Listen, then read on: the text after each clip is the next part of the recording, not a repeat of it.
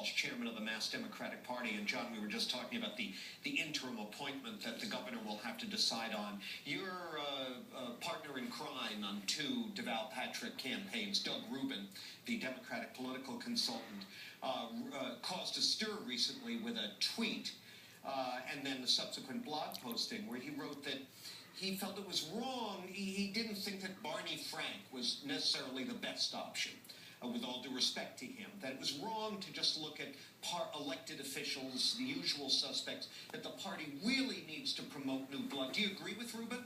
I agree with Doug on a lot of things. I particularly enjoyed his little brouhaha.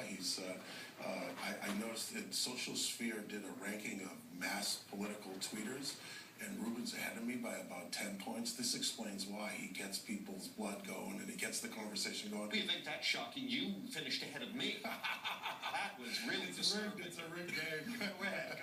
But I think the general sense of what Doug said, which is great respect for Barney Frank. I mean, honestly, if Barney Frank ran for the seat, he'd be the odds-on favorite to win it, and for good reason.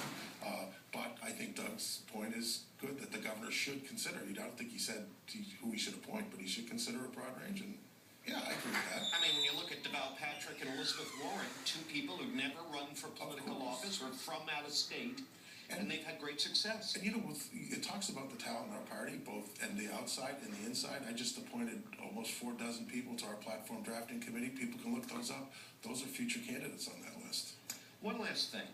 If it's Scott Brown facing the Democratic nominee in this race, how will this be any different from the 2010 special and from last fall's election? What's the difference? So the big difference between the special is we won't screw it up from our side. I mean, I take responsibility for that. We were asleep at the switch. We took it for granted, a mistake that is maybe explainable by Scott Brown's lack of stellar performance in the state legislature, but unforgivable politically. That's the big difference there. From last time, obviously both sides are going to have a challenge generating the voter turnout. And I think the advantage we bring to that is we know who our folks are.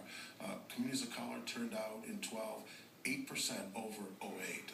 In Democrats who didn't vote for the past 6 years, registered Democrats who hadn't voted in 6 years, we got the 26% of them to the polls. We're good at this on the ground. People who agree with us will get them to vote. No argument there. Thank you for being here. Thank you, sir. Good luck. You're welcome.